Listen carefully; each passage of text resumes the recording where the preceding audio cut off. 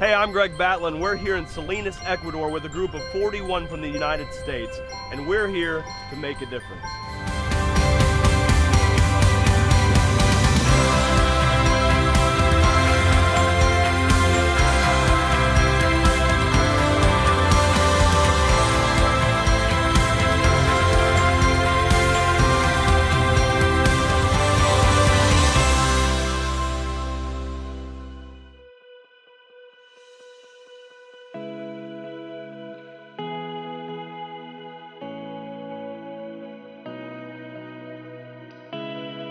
Salinas is a coastal city located in the province of Santa Elena and is the westernmost city on mainland Ecuador.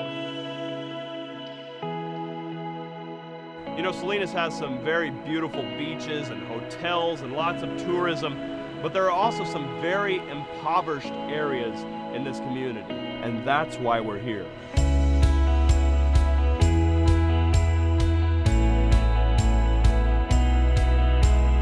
Our team from Quiet Hour Ministries has converged here to spread the good news of Jesus Christ and to give humanitarian aid to the local community.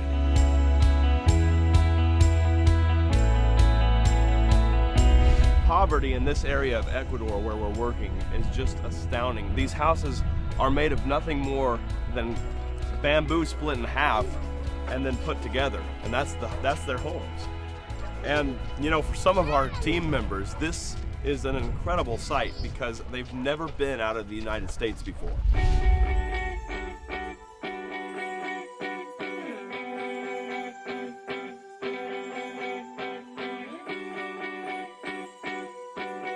First time in Ecuador. I like it. It's fun. It's tiring. Hi. Hi. I feel really like on the spot. You should. We're just grateful that we're here safe right now. So far, so good, yeah. Let's go out to the bus, take your bags.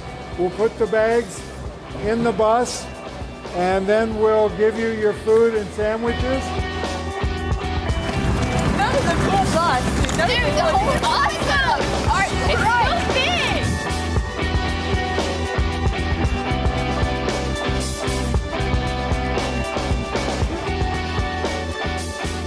Is it your first time on a mission trip? Yes. Really? All right, what's going through your head right now, Brenna? Brenna? No, Brenna. Brenna and Sarah. Sarah. All right, Brenna, what's going through your head right now? It hasn't really sunk in yet. Yeah, same with me. It's we're like we know we're here, but my brain is like we're still in Florida. Yeah, basically. All right, where are we now? We're in Ecuador. But Are you sure? Yes. Yes.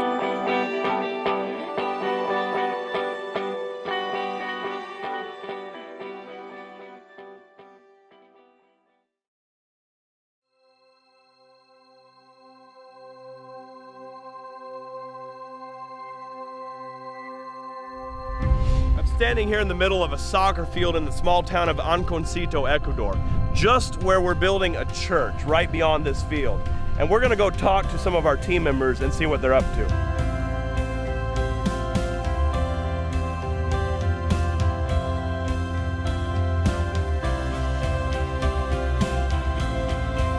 What we need to do now is to mark out our septic here. Okay, so the footing coming all the way back. Right now they're trying to figure out the dimensions for the bathrooms that we're going to add on.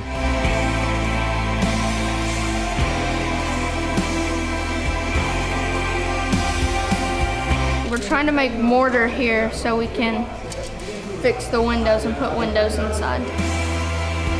Well, I didn't really know what to expect. I thought it was probably be a problem since we don't speak the same language. Hard work, very good for building muscles. Those rocks were heavy and rough, so they hurt. Luckily, you guys had a truck. I've been resorted to the position of pack mule. We're gonna haul these rocks if we can. Yeah, this truck's doing all right. We helped in moving boulders to put into the foundation. They were heavy, and you guys got a video of this. I fell once, and I got a few scratches, but good work. I liked it. This is my first mission trip. First mission trip ever? Ever. Amazing. And what do you think so far?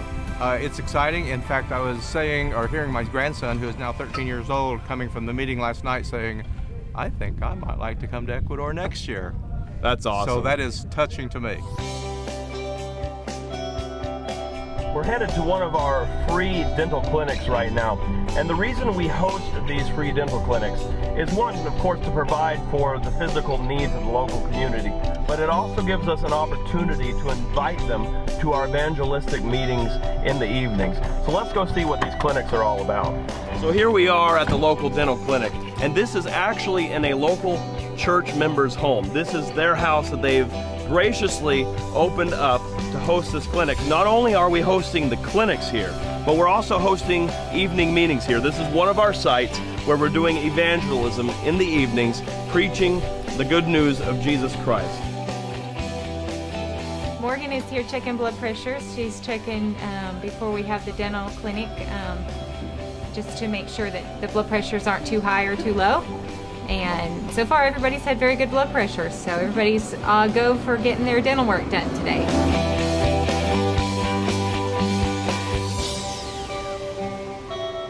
We are in Rique Gallo. There are 3 of us, and we're all rotating out of sessions. Young people like Sarah here, who, believe it or not, she's not a trained dental assistant. Sarah, how many days have you assisted as a dental assistant? 0. So this is her first day, and you can see she's doing very well here. She's handing me the instruments. She's helping clean the teeth. And Sarah, how old are you? I'm 13. So she's 13 years old, and here she is using her time and talents on her summer vacation to come and help spread the gospel in Ecuador. But most importantly, we're telling these people about the love of God, and we're inviting them to come to the evangelistic meetings each night, which they're having one here tonight. So he's going to be coming tonight, and he's learning about the truth from the Bible. This lady here is kind enough, to let us come into her home. And she doesn't have a lot, but she has church service here every week. And I have not felt comfortable opening my home like this. But now, when I go back home, I am going to feel comfortable, either from church or the community, and just be a more witness for Christ after being here and seeing how congenial they are in giving of what they have. It went really good. I really liked how the doctors treated me. To have come to do this here in Ecuador from such a far place, I think is such a great blessing from God. I have been at the meetings and they are very comforting and help me a lot spiritually. And more than anything, it makes me feel much closer to God.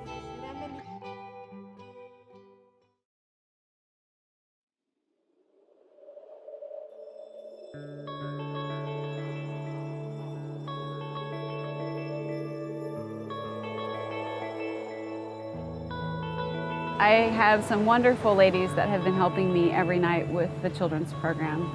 And I'm on a first name basis with them, and they're helping me learn a little bit of Spanish, and I'm helping them learn a little English. I read the story to the children each night with the felts, and then I have my interpreter, Ada. She translates it for the children, and then we work on our craft project together that goes along with it. Seeing their reactions to the stories and just seeing their love for Jesus grow and their excitement to learn about him. This girl that came to the children's program, she seemed a little bit older than the children. You can tell that she has some disabilities, and we drew pictures of the story, and I was telling her, about the story and helping her draw her picture, and I pointed to the picture of Jesus, and I was like, Jesus loves you. Just the look on her face, it was just a joy that you could tell was like exploding out of her heart.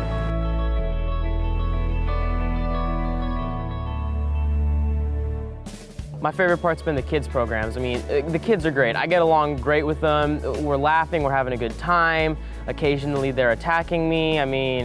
It's all good. I had 8 kids around me, all right, all tickling me. And I am extremely ticklish, so that was, it was bad. And I was trying to shout, stop, stop, in Spanish, and they were having none of it. They were all laughing their heads off at me. My group has been working with the kids for VBS. We've been telling stories, singing songs with them, doing crafts and stuff like that.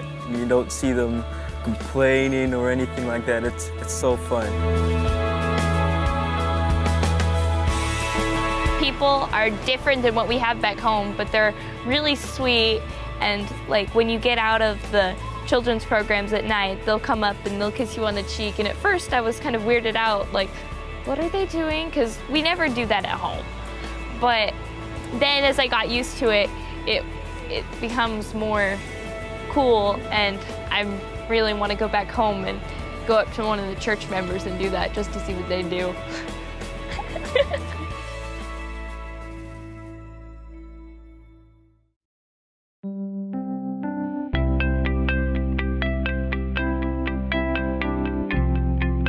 We have grandchildren, and we like to pass on the torch.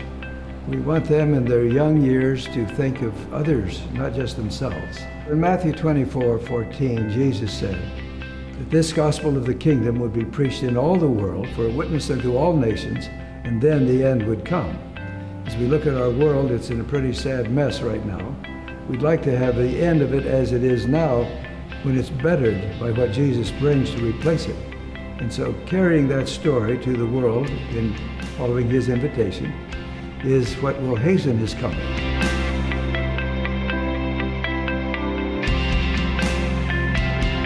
This site is a house. The people are awesome. You just feel the love, the energy. I just praise God for such a wonderful moment of my life. It has dramatically impacted me and changed my life personally. You only think maybe family members is coming, but you know, the people hear the good news of Jesus Christ, and they came out in numbers, and the visitors came out. And guess what? Some of them have even actually said that they want to get baptized. Jesus can use you. Like, just no matter how ordinary you think you may be, all God wants is a willing heart.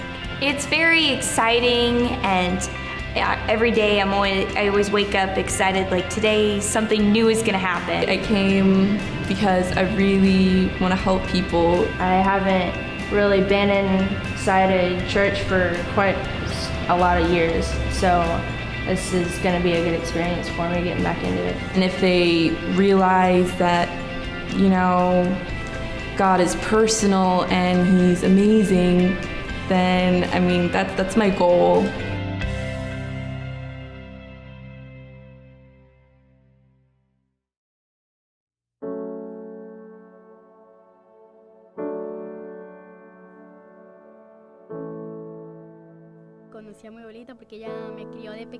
My grandmother raised me as a kid, and she took care of me until I was 7 years old. On my birthday, after my party, she died. She left a letter for the whole family explaining the importance of God and church. Now my aunt and I go to church. My dad is in favor, but my mom is not. She says that I cannot be baptized. I don't want to go down the wrong path. I want to follow the path of God. I like the stories and the praise songs and everything they do here. A month ago, I decided I wanted to be baptized, and I think I'm going to be baptized Saturday. The first thing I want to do in heaven is see my grandma.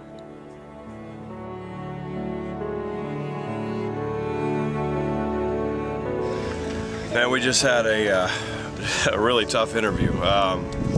This little girl, 11 years old, she has decided to start coming to our meetings against her mother's wishes, and she's telling us her story, and she's crying as she's telling us this story, and you know, we're all behind the camera having a tough time as she's telling us, but she decided to be baptized, decided to follow Jesus, even against her mother's wishes, and as she's coming to these meetings, she's getting baptized this weekend. Man, that's if that doesn't move you, I don't know what will. Amazing.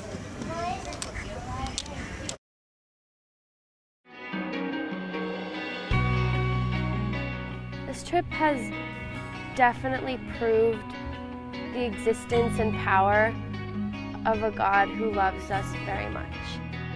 Definitely gave me beyond a doubt evidence.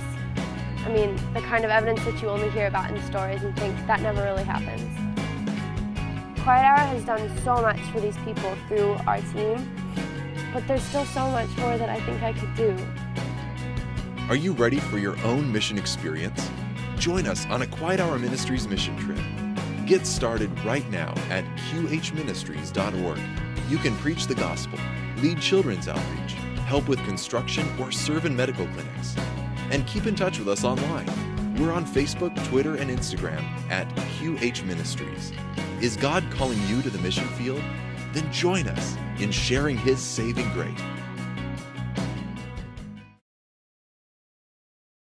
So every once in a while on a mission trip, we'll take a few hours and we'll go do an excursion and see the local sites and you know, just take a little break from all of the hard work that our team has been doing. And that's what we're doing right now. We're sitting here on the bow of a boat, whale watching.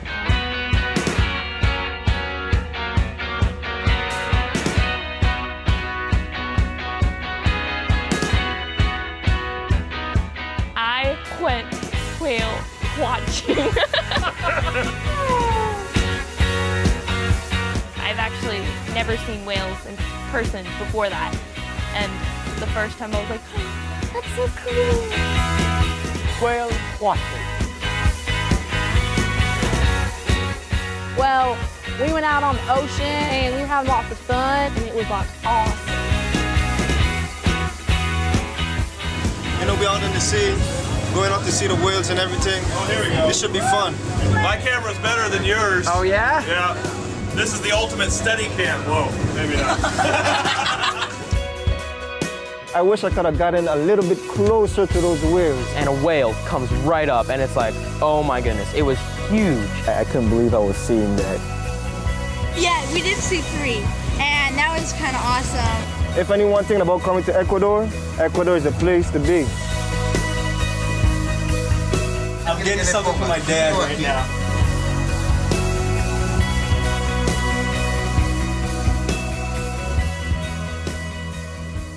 We're here in Salinas, Ecuador, at the church that a Quiet Hour mission team built here just 1 year ago. And right now, going on inside, are our evangelistic meetings.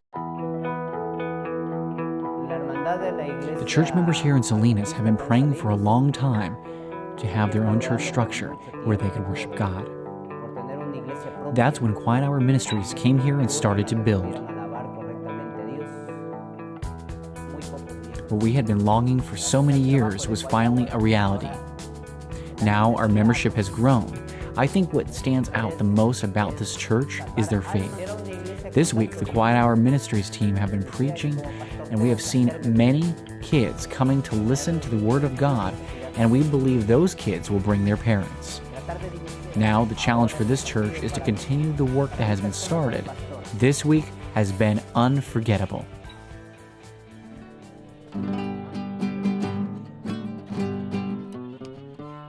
We were able to kind of, hear music from this area, just like, and to hear it, I just kind of wish I could understand it. Coming from the U.S., I just think that we're, overprivileged. This is, and they seem content with what they have. It's amazing. Honestly, I kind of feel guilty that when I'm at home, I get upset when the Wi-Fi goes out. I mean, I can't imagine what these people have to go through. I doubt most of them have Wi-Fi and stuff. I mean, I don't know, it's just... Much less running water or... Yeah, it's the difference between knowing places like this exist and seeing it, I guess.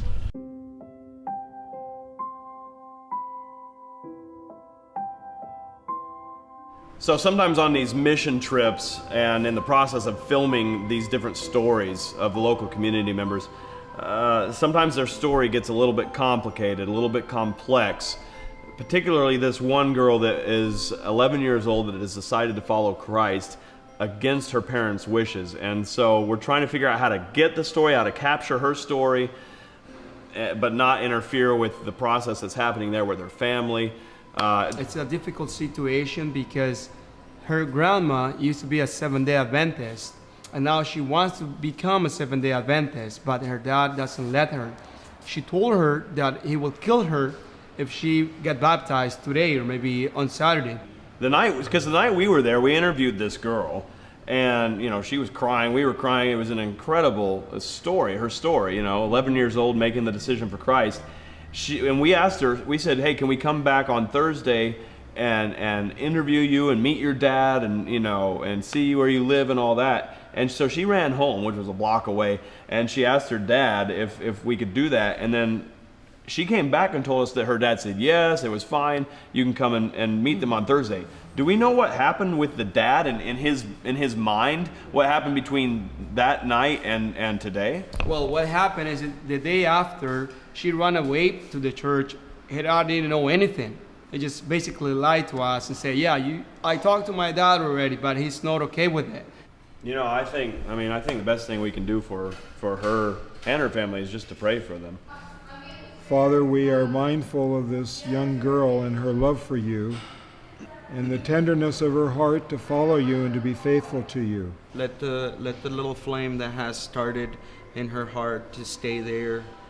We ask that you will soften her father's heart, her mother's heart. God, may they come to you. May the resolution of this story be that entire family comes to know you more personally and gives their hearts to you. If she decided to give her life to Jesus, I believe myself that God will rescue her and will feed her, give her a shelter and education as well. When I was growing up, I always have something in my heart about feeling that God's calling me for something special. Pastor knocked on my door one day and read the Bible with me and show me and taught me about so many truths. But I have to do it my mom didn't know anything. Eventually I got baptized. My mom eventually found out. She kicked me out of my house when I was 11 years old. I got robbed at least 10 times. After a month living on the streets, nothing to eat. I was so skinny, so stinky. And I went to this place to make a phone call. And right when I was talking to my mom, I said, "Mom, please give me a chance." And I started crying and crying and crying and said, "Okay, I forgive you. You can come back, but you have to renounce your faith for good." And I said, "No, can't do." We talked for at least 45 minutes. By the time I have to pay the bill to that guy, I told him I just don't have the money. And he told me, "Okay, tonight you're gonna be sleeping here at this place. This is my house. This is my mother. She will be your mother. She's my sister. She will be your sister. We are Seventh-day Adventists." When I was about to give up, God showed His power by this miracle. That's when I said, my life belongs to Jesus. Every time you go to a difficult time or a difficult situation, that's the time when you have to pray and you have to give the opportunity to God to show you His power.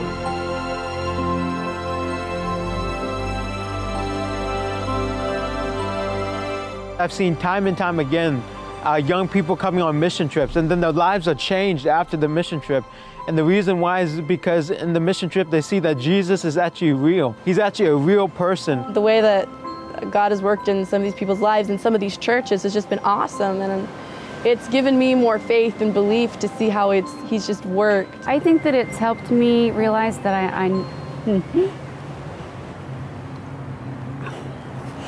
that I need God in my life more.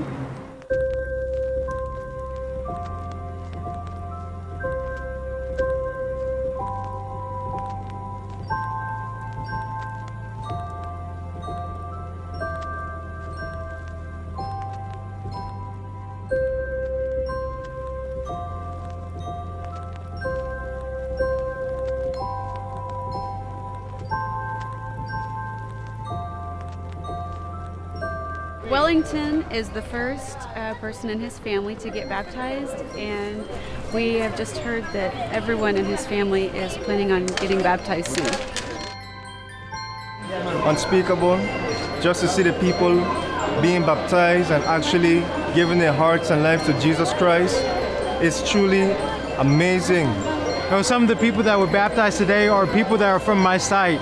So I've been seeing them night after night, preaching to them, calling them to follow Jesus, and to see them finally give their life to Jesus and to get baptized, man, it is brings me unspeakable joy. What an amazing sight this is to see these new believers coming into the pool of baptism, publicly testifying of their love for Jesus Christ. They've accepted Him, and now they're testifying by being baptized into these waters that they are dying to their old life of sin and being born into a new life in Him where all their sins have been washed away.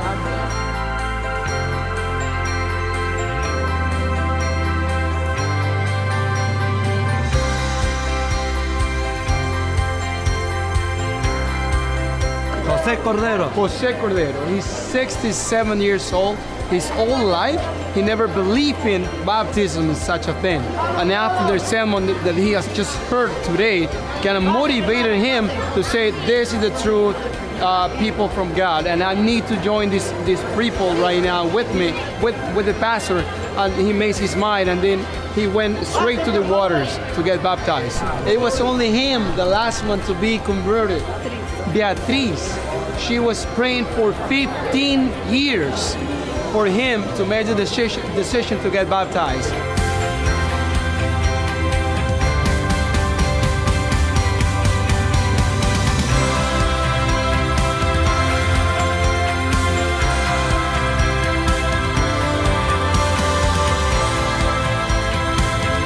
If you get the chance to take a mission trip, take it. Just do it. Just go and try it out. I promise you that you'll gain a huge blessing.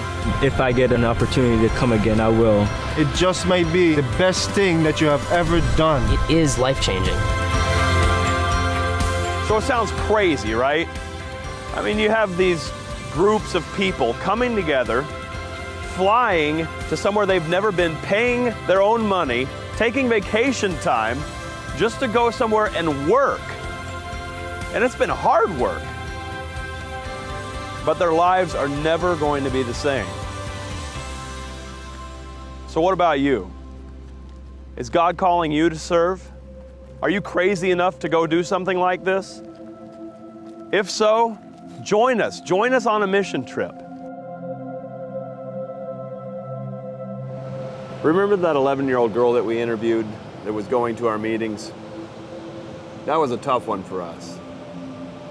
She had decided to follow Jesus, and then her parents told her that she couldn't come to our meetings anymore and that she couldn't be baptized. And then they threatened to kill her if she kept coming. We don't know how her story ends, but we do invite you to join us in praying for her and for her parents. Join us next time as we share saving grace.